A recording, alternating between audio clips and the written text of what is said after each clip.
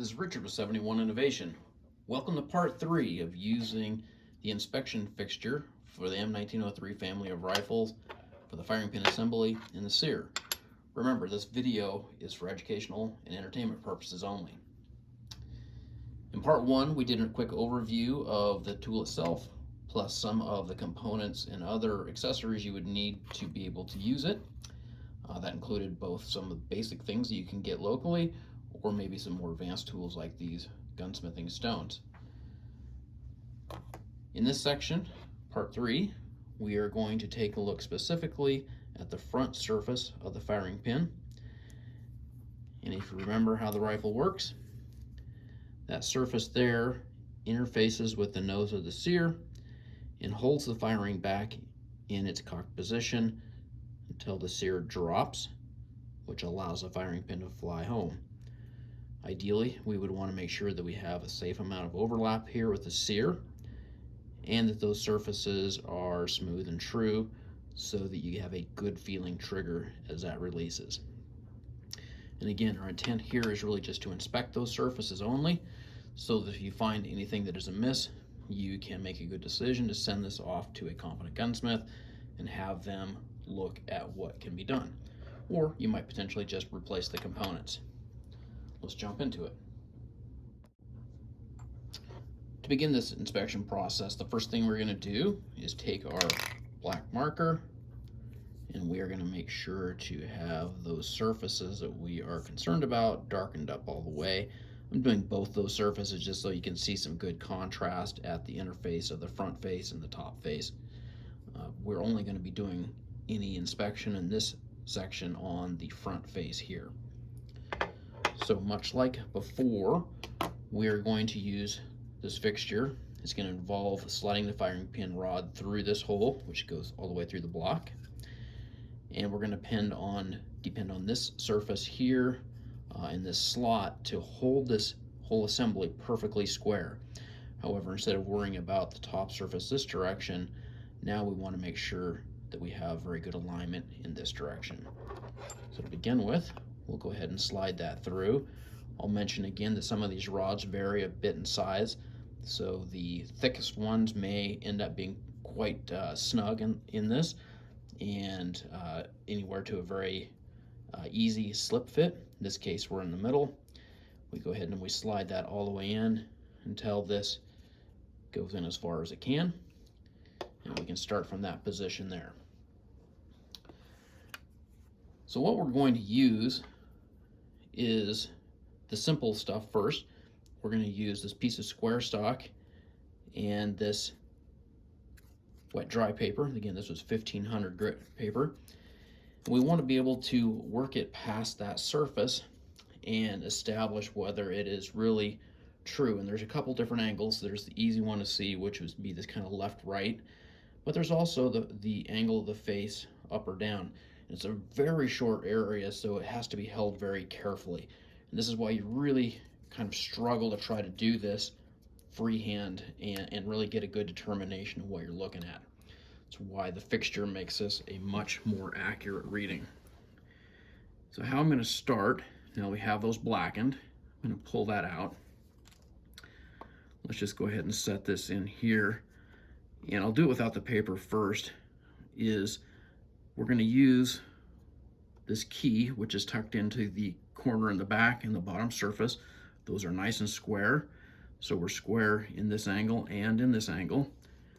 We will then press the firing pin up against it, and then we'll be able to move the paper across that front surface and remove a little bit of that ink and end up seeing how true that surface is. So let me back that back out. And we'll put this back in here. This does take a little dexterity, and I am trying to do this on camera, so bear with me. Okay, I have that in there.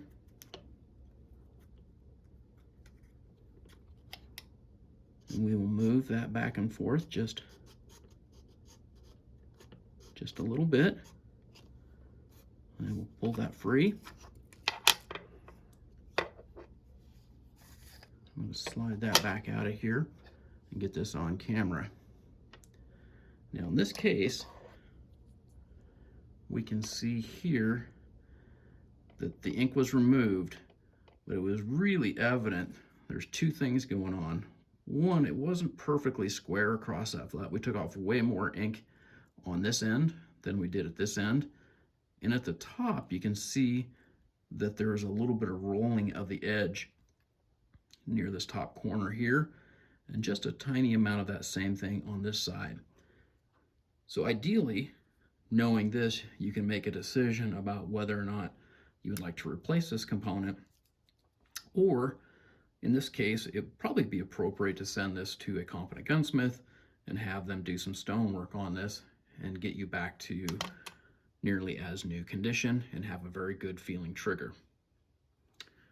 So hopefully that's nice and clear on that. And here in the next segment, we'll take a look how to do that with some slightly different components.